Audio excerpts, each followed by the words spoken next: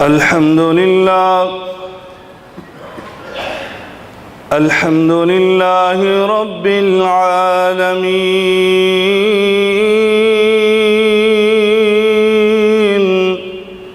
والعاقبة للمتقين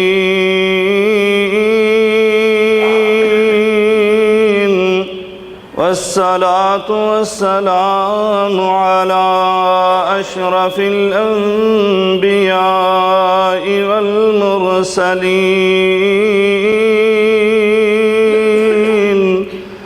وعلى آله وصحبه أجمعين. سبحانك لا علم لنا إلا ما علمتنا إنك أنت العليم الحكيم.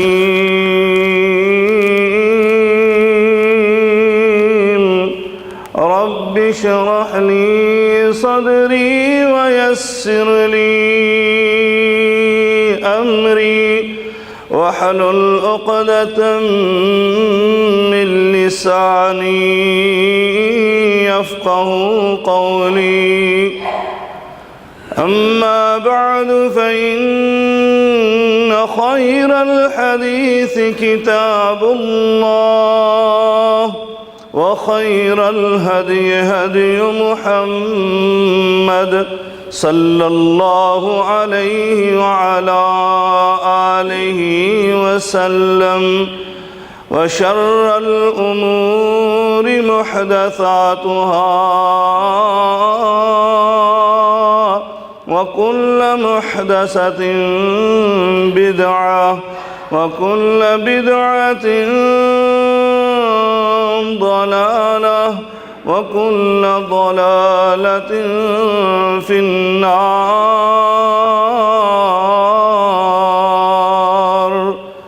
أعوذ بالله السميع العليم من الشيطان الرجيم. بسم الله الرحمن الرحيم. يا أيها الذين آمنوا كتب عليكم الصيام. يا أيها الذين آمنوا كتب عليكم الصيام كما كتب على الذين من قبلكم لعلكم تتقون.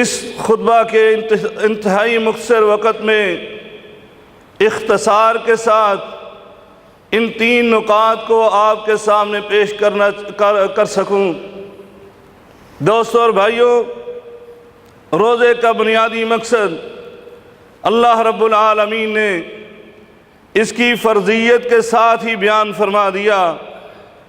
فرمایا ایمان والو، تم پر رمضان کے روزے فرض کر دیے گئے، جس طرح تم سے پہلے امتوں پر بھی یہ روزے فرض تھے۔ اس کا بنیادی مقصد یہ ہے لعلکم تتقون، تاکہ تم متقی بن جاؤ، پرہیزگار بن جاؤ۔ بھائیو، اس کی اہمیت کیا ہے؟ یہ روزے کا مقصد تقوی کا حصول، اس تقوی کی اہمیت کیا ہے؟ آپ اس بات سے اس کی اہمیت کا اندازہ لگا سکتے ہیں کہ اس کائنات میں 1,24,000 کم و بیش انبیاء علیہم السلام تشریف لائے۔ سب نے آ کر دعوت توحید کے ساتھ اسی روزے کے بنیادی مقصد کی دعوت دی، تقوی کے ہی حکم اور آرڈر دیا، کیونکہ اللہ رب العالمین نے ان کو یہ سبق پڑھا کر بھیجا، ان کو یہ حکم دیا تھا، اور اس تقوی کی اہمیت کے پیش نظر ان سب نے آ کر سب سے پہلے توحید کے ساتھ تقوی کا درس پڑھایا۔ حضرت نوح علیہ السلام دیکھیے، قرآن مجید کہتا ہے اذ قال لهم اخوهم نوح الا تتقون۔ نوح علیہ السلام نے اپنی قوم کو خبردار کیا کہ تقوی اختیار کرو۔ اذ قال لهم اخوهم ہود الا تتقون، اذ قال لهم اخوهم صالح الا تتقون، اذ قال لهم اخوهم لوط الا تتقون، اذ قال لهم شعیب الا تتقون۔ قوم ہود کو ان کے نبی نے یہی آ کر دعوت دی، قوم سمود کو ان کے نبی نے بھی تقوی کی دعوت دی، اور قوم لوط کو ان کے نبی نے تقوی کی دعوت دی۔ قوم شعیب کو شعیب علیہ السلام نے تقوی کی دعوت دی، حتیٰ کہ میرے اور آپ کے ہادی و رہنما سردار ولد آدم امام الانبیاء کی باری آتی ہے، ختم نبوت کا تاج آپ کے سر پر پہنا کر دنیا میں مبعوث کیا جاتا ہے۔ آپ نے بھی آ کر اپنی امت کے لوگوں کو یہی کہا، کیا فرمایا؟ یا ایھا الناس، یا ایھا الناس اتقوا ربکم الذی خلقکم، یا ایھا الناس اتقوا ربکم الذی خلقکم من نفس واحدہ وخلق منها زوجها وبث منهما رجالا كثيرا ونساء